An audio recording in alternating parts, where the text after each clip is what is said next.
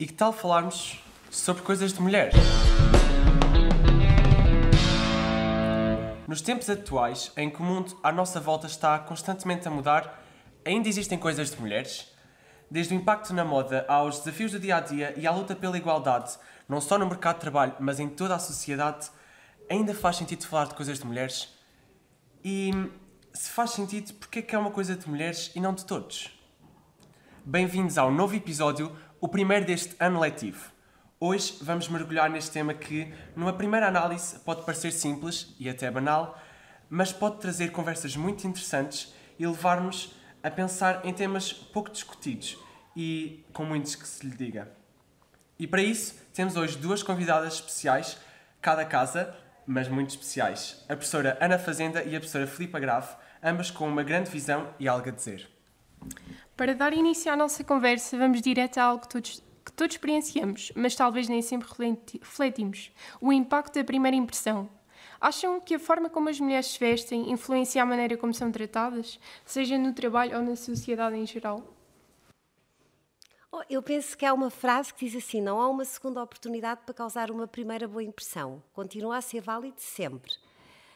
Na primeira vez que nós conhecemos uma pessoa, quando vamos a uma entrevista de emprego, temos de ter consciência disso. A imagem não nos define, mas ela influencia o olhar do outro.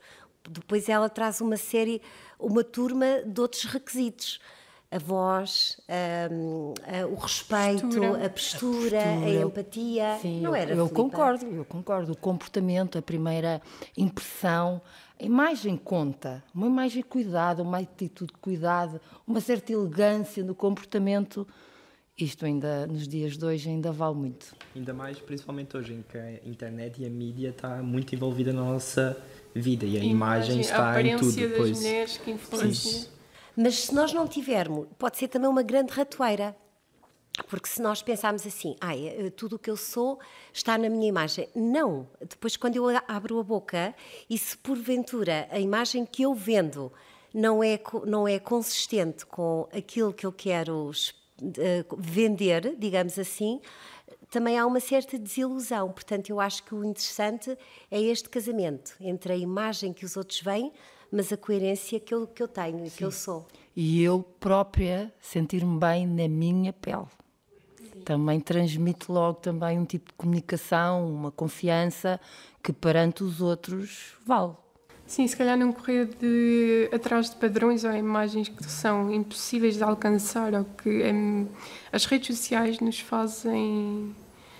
Dão muitas, não é perspectivas, mas é quase como objetivos que são impossíveis. Sim. E isso não é algo que devemos alcançar. Devemos alcançar se estamos bem connosco mesmos. E eu acredito também que esta imagem não é só com as mulheres. Também os homens também têm um pouco isso de... temos que estar bem apresentados e acredito que é uma coisa boa, não acho que é mau. Sim, claro que sim. Pelo contrário. Não devemos ser reféns da imagem, não devemos correr atrás de pressões que as redes sociais e as influências às vezes querem colocar. Devemos nos sentir bem com nós próprios, com as nossas fragilidades e com as nossas inseguranças, porque todos nós somos pessoas reais. Nos dias de hoje já vemos algumas marcas a transmitirem nas suas campanhas publicitárias imagens de mulheres reais, mais cheinhas, mais velhotas, cheias de rugas, cheias de manchas. Mas está a começar agora, é algo que só se vê agora. Que é recente. Temos várias marcas já a fazer esse trabalho e é muito importante porque nós somos isso, nós não existem mulheres perfeitas a não ser que são trabalhadas por um bisturi. Isso eu já não concordo. Sim. Acredito que todos em si próprios são perfeitos na sua própria imagem. Perfeitos no sentido que não estão à procura de ser o perfeito pela sociedade, mas em si próprios, a amar a si próprio. Mas acho que muita gente ainda não chegou a esse ponto. Lucas, há um pensador contemporâneo brasileiro, que é Augusto Cury, que tem um livro que se chama A Ditadura da Beleza. E eu li esse livro talvez há uns 10, 15 anos. E o que ele já sentia há 10, 15 anos, se calhar vocês como adolescentes sentem muito na pele.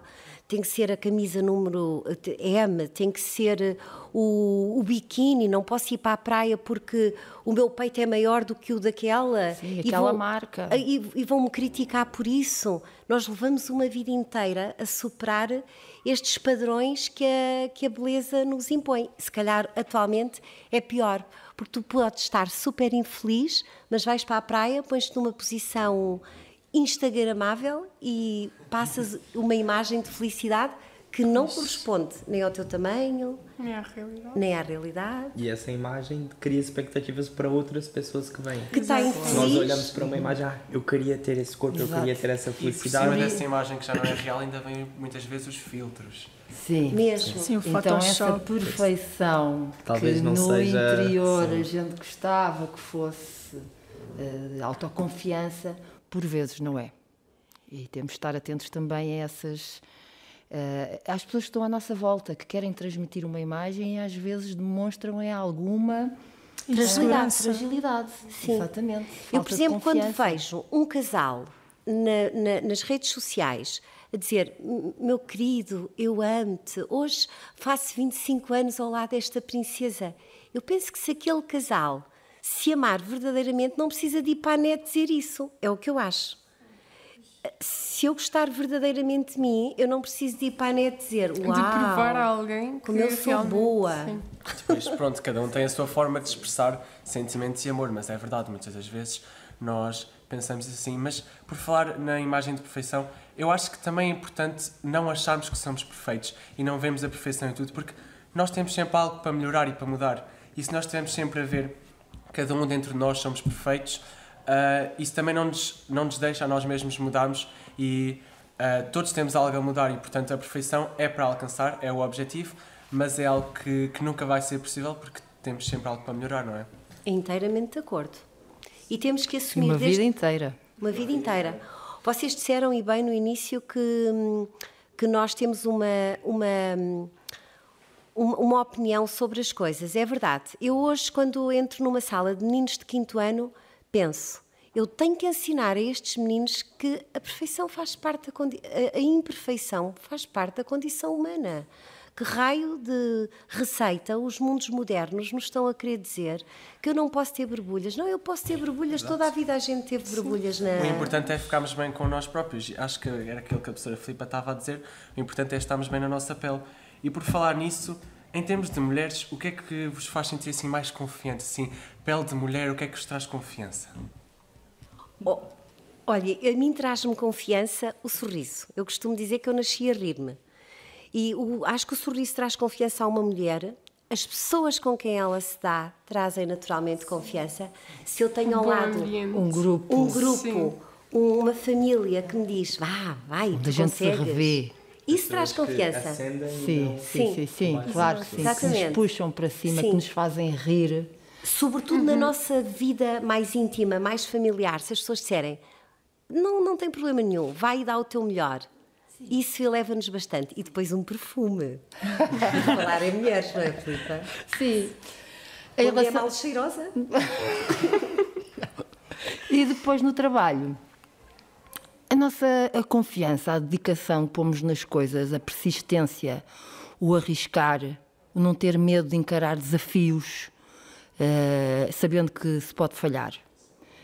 Isto também dá alguma confiança nas mulheres nos dias de hoje, é não terem medo de se superar e de trabalhar ao lado de bons profissionais, alguns homens, algumas mulheres. Sim, e como é que lida com situações no trabalho que não é levada a sério por ser mulher? Ou... Eu tenho que melhorar o meu tipo de comunicação, porque eu nos dias de hoje eu já não assumo isso.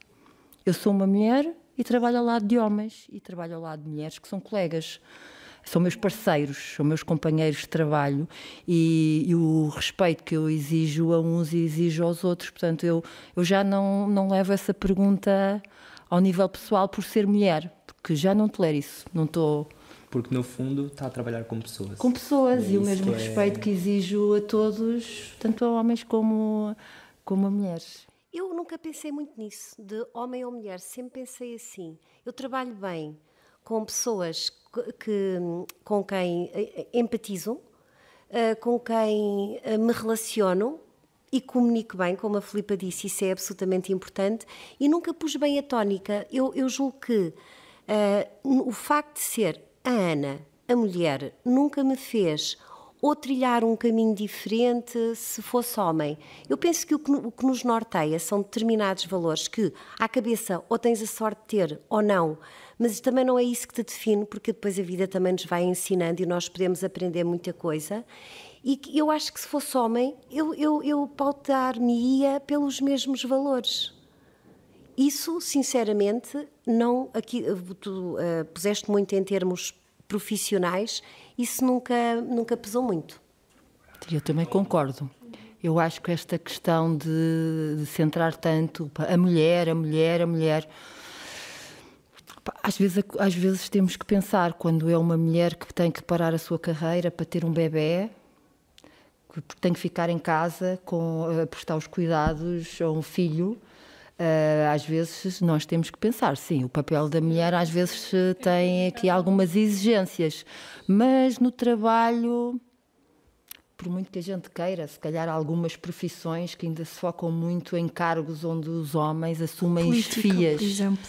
Mas nos dias de hoje nós já vemos um parlamento bem composto, tanto de homens como mulheres. Já vemos grandes líderes de empresas mulheres, com confiança para assumir cargos e responsabilidades. Há assim núcleos da sociedade em que se vê que a mulher tem uma mão muito transformadora. Estou a pensar, por exemplo, uma mulher à frente de uma maternidade.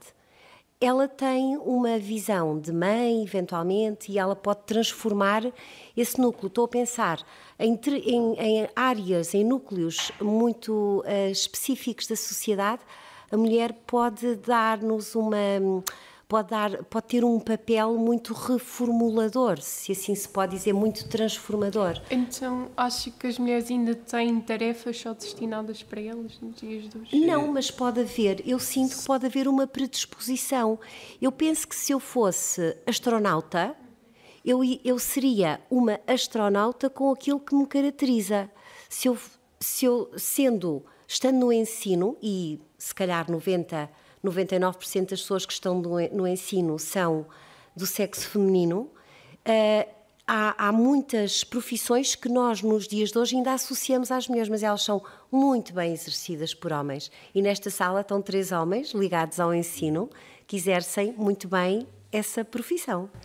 Então, hoje em dia, qualquer mulher ou homem pode exercer uma profissão, não é uma função. O que importa é os valores que dão a essa profissão e a forma como fazem, não é? Enquanto que antigamente víamos mais mulheres destinadas para isto, mulheres que trabalhavam para isto e homens para outra coisa. Tarefas domésticas, sim, e a parte das obras muito mais para homens. Acham que neste momento, atualmente, não se vê tanto isto? Ou... Tenho algumas dúvidas. Sim, eu tenho um filho de 27 anos e um amigo dele já vive com a namorada. E a mãe dele dizia-me no outro dia, sabes, Ana, o meu filho pediu-me para vir almoçar comigo porque não tinha nada em casa.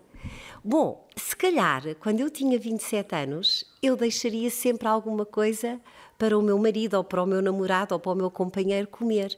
E eu penso que nisso vocês estão, hoje em dia, a mudar o rumo.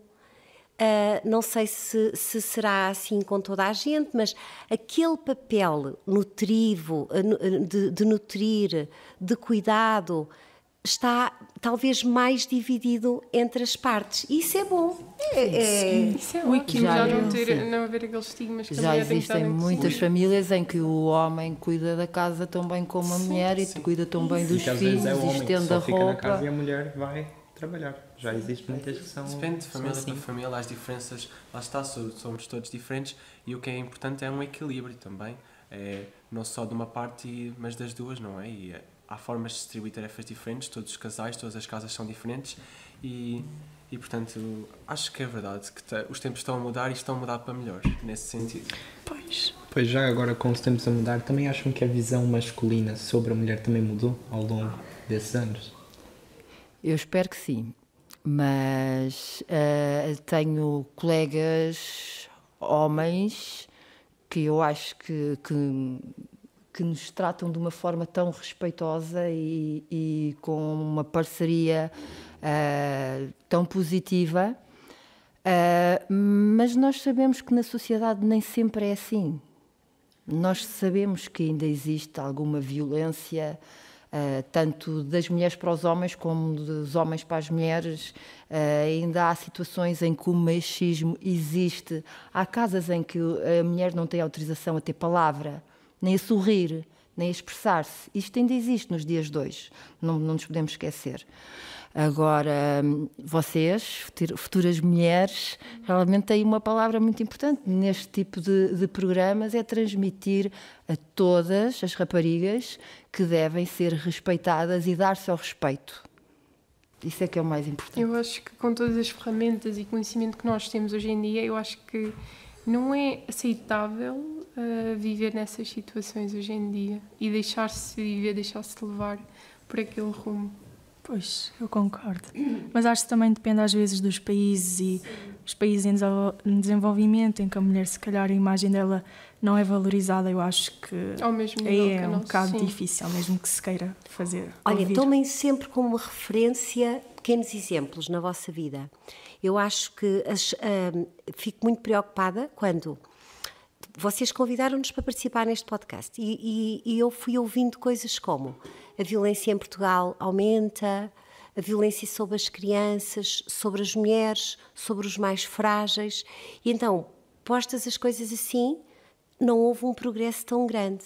Mas depois, por outro lado, quando eu olho para vocês e vejo que vocês são um podcast constituído, ou fazem parte de um podcast constituído por dois rapazes, duas raparigas, que trazem estes temas, eu penso assim, há esperança na humanidade. Está mais descansada. Sim, fico mais descansada, fico tranquila que, no sentido em que a nova geração está a pôr as coisas como elas devem ser postas. Estão a trazer os assuntos para a mesa. E os assuntos difíceis, eles têm que ser tratados. Está a quebrar o ciclo. Para quebrar. E às vezes temos que esperar pelo momento certo. E, por exemplo, há muita violência no namoro. Eu pensei assim, a nova geração já não devia ter este rasgo, a nova geração, a geração dos meus filhos e um bocadinho mais velhos, já devia ter outro tipo de enquadramento. Não tenho compatibilidade com aquela pessoa. Muito bem, vou seguir o meu caminho e vou deixá-la seguir o dela. Portanto, isso é assustador. E o que a professora Filipa disse é muito verdade. Seja homem, seja mulher, de ser sempre delicado. Quando não conseguirmos ser delicados, saímos. É porque o nosso caminho não era por ali. Exatamente. Já vimos as coisas estão a mudar e, felizmente, para melhor. Agora tenho assim uma curiosidade, assim também para os nossos ouvintes e espectadores. Qual é o vosso truque de beleza preferido? Assim, aquele que todas as mulheres deviam saber, aquele que é inevitável. Olhem, eu procuro, eu tenho 53 anos, vou fazer 54, procuro viver de olhos bem abertos, passar pelo professor Paulo Figueira e ele dizer-me assim, Ana, estás muito gira, estás sempre muito gira. E eu dizer, Paulo, mesmo se for mentira, continua a dizer-me ele, mas isso já é o que eu faço. Portanto, não termos... Dica de beleza, realmente... Não tenho. É assim... Há uma tendência das skincares, a gente temos que ser sinceras, todas nós temos a nossa.